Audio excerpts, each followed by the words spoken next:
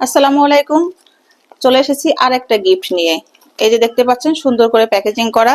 তো আমি গিফটটা আপনাদেরকে খুলে দেখিয়ে দিচ্ছি গিফটের ভিতরে কি আছে এবং গিফটটা কে দিয়েছে। তো প্রথমে আসি যে গিফটটা কে দিয়েছে। গিফটটা আমার মেয়ের একজন ফ্যান দিয়েছে, আপনাদের মতোই কোনো একজন। তো যাই হোক, ভিতরে অনেক কিছু আছে। এখানে দেখতে পাচ্ছেন কিছু রাবার আছে আর কিছু ব্রুশ আছে, আর আছে সাথে চকলেট। এবং ভিতরেও আরো কিছু চকলেট আছে, দুইটা কলম আছে, আর একটা আছে চিঠি। তো এটার উপরেও কিন্তু সুন্দর করে আই লাভ ইউ লেখা আছে। আর একটা চিঠি আছে, চিঠিটা আমি দেখি চিঠিতে কি আছে। মাশাআল্লাহ, অনেক বড় একটা চিঠি। প্রিয় আপু, আমি তোমার স্কুলে ক্লাস 6-এ পড়ি।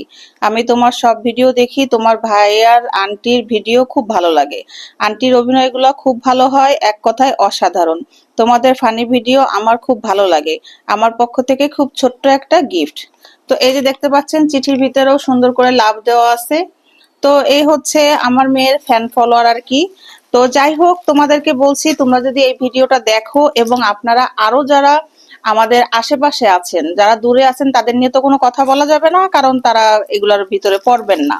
তো যারা আমাদের আশেপাশে আছেন, কাছে আছেন, যারা আমার ছেলে মেয়েকে রাস্তায় দেখলে চিনেন, তাদের কাছে অনুরোধ থাকলো এই ধরনের গিফট আর কখনো দিবেন না।